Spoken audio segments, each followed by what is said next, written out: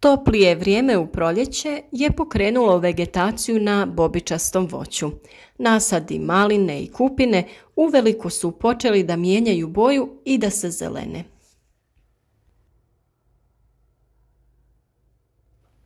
Pored toplijeg vremena, ovaj period godine je dosta sušan i u tlu fali vode.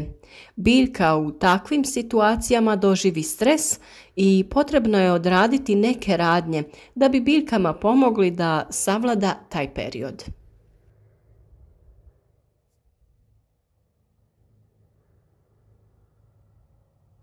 Svaka, pa i ona manja kiša treba se iskoristiti da bi se biljkama dala potrebna proljetna prihrana. Još jedan nepovoljan faktor kod razvoja ovih biljaka jesu jutarnji mrazevi, koji mogu ostaviti tragove na listovima, pa čak i oštetiti pupove maline.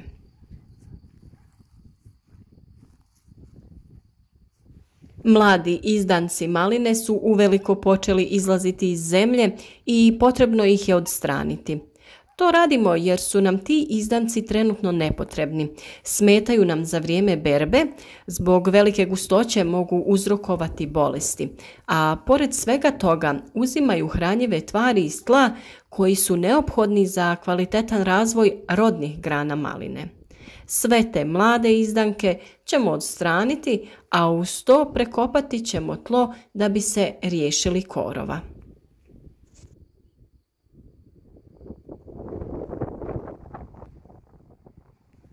Rezanje mladih izdanaka vrši se sve do kraja 4. mjeseca, a u nekim područjima i na većim nadmorskim visinama i kasnije.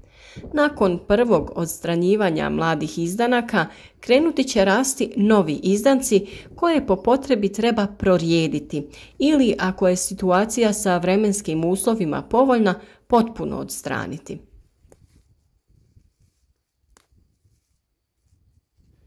Za ovu radnju naravno ne možemo dati neki tačan datum koji bi važio za sva područja i sve nadmorske visine. Zbog toga svaki proizvođač maline treba sam da procjeni kada treba prestati sjeći mlade izdanke.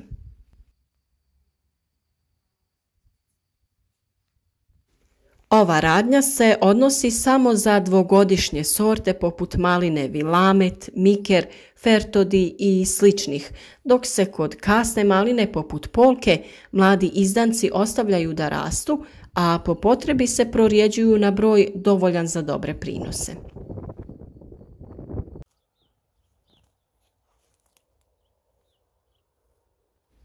Da bi se malina dalje pravilno razvijala, potrebno joj je dodati azotno hranjivo. Proizvođači maline na našim područjima često su koristili kan gnojiva. Ova gnojiva su dobra za razvoj zelene mase, odnosno razvoj rodnih grana kod maline. Često se postavlja pitanje da li je poželjno da su grane duže ili kraće. Većina proizvođača će naravno odgovoriti bolje je duže. Međutim, koliko duže? Ovdje moramo biti umjereni i ne dodavati azotna hranjiva u količinama koje bi mogle biti prevelike. Kan mineralna gnojiva se dodaju u količini od 25 kg po jednom dunumu, to jest jedna vreća. Međutim, to nećemo dodati odjednom, već ćemo dodavati svakih 7 do 8 dana od trenutka kada vegetacija intenzivno krene i listovi se krenu razvijati. Ovakvu prihranu ćemo raditi 3 puta u količini od 8 kg po jednom dunumu.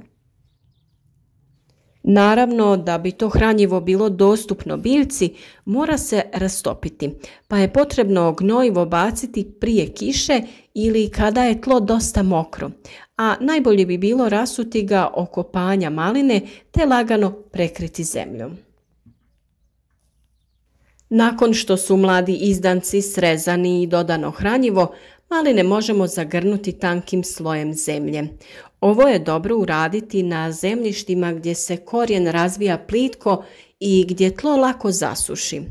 To je najlakše uraditi rotoplugom koji će zemlju koju nabacuje na maline i usitniti i na taj način omogućiti nicanje novih izdanaka. Da bi korijen bio jak i mogao usvojiti hranjivo iz tla, potrebno ga je što bolje razviti. Za razvoj korijena dobro je kroz sistem za navodnjavanje dodati hranjivo na bazi fosfora. Za to možemo koristiti takozvani starter, to jest vodotopivo hranjivo formulacije 10-40-10. Pored razvoja korijenovog sistema, fosfor je bitan i za protok hranjiva kroz biljku, pa na njega posebno treba obratiti pažnju. Za ispravnu prihranu, a naročito osnovnu gnojidbu, potrebno je odraditi analizu tla i to ponavljati svakih 2 do 3 godine. U zadnje vrijeme su se pojavila nova hranjiva, većinom organske proizvodnje. Različite tehnologije razvoja gnojiva doveli su do stvaranja proizvoda koji omogućavaju brzo i efikasno usvajanje hranjiva sa strane biljaka. Takva je i linija hranjiva Vital Power, proizvođača Zoberbag, koje su nam ovaj put ustupili prijatelji iz firme Berry Project, a oni su zastupnici za ovu vrstu hranjiva. Ovdje možemo vidjeti proizvode poput Vital Power Copper, kojim se tretira biljka folijarno u koncentraciji 30 ml na 10 litara vode. Tretman se ponavlja 2 puta mjesečno od marta do septembra. Ovaj preparat je odlično rješenje za dodavanje bakra i antioksidanata prirodnog porijekla, a prijeko je potreban za bolju fotosintezu biljke. Može se koristiti u svim fazama vegetacije, pa čak i u cvjetanju. Vital Power Magnum je visokoenergetski tečni biostimulator koji pospješuje cvjetanje i zametanje plodova, a najbolje ga je dodati navodnjavanjem u količini od 1 litre na dunum 15 dana prije cvjetanja maline. Vital Power Fos je veoma učinkovito organomineralno hranjivo koje dodajemo biljkama na početku vegetacije u količini od 1 litre na dunum te u fazi cvjetanja 2 puta po pola litre na 1 dunum. Zoberaminol je tečno organomineralno hranjivo i biostimulator sa visokim sadržajem aminokiselina koje biljci u vrlo kratkom periodu obezbjeđuju neophodna hranjiva, a utječu i na brži razvoj korijena. Sirijak Amino 12 dušično organsko gnojivo može se dodati umjesto kana u fazi intenzivnog kretanja vegetacije i razvoja listova. A tu je i Vital Power Calcio, dodaje se u fazi cvjetanja ili nakon cvjetanja, a može se koristiti i folijarno u vrijeme berbe u koncentraciji 30 ml na 10 litara. Tretiranjem i ishranom biljaka ovim hranjivima naše maline ćemo pripremiti za velike prinose.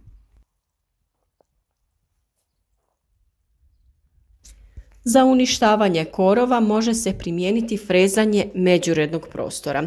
Ovaj posao se može odraditi, ali ako parcela lako zasušuje, bolje je pustiti travu da raste u međurednim prostorima jer ćemo na taj način zadržati vodu u tlu.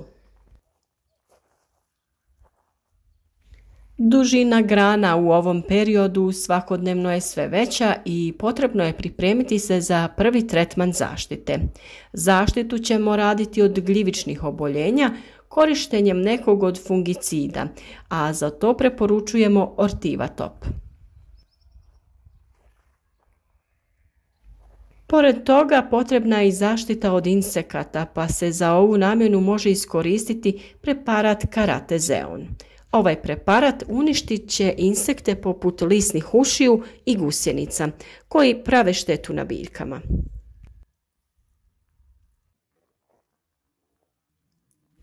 U narednom periodu ćemo pokazati nekoliko videa u kojima ćemo opisati način uzgoja maline kao i djelotvornost raznih hranjiva i preparata. A sva pitanja koja imate vezano za proizvodnju i uzgoj maline, pišite nam naravno u komentare. Rado ćemo vam odgovoriti na sve vaše upite.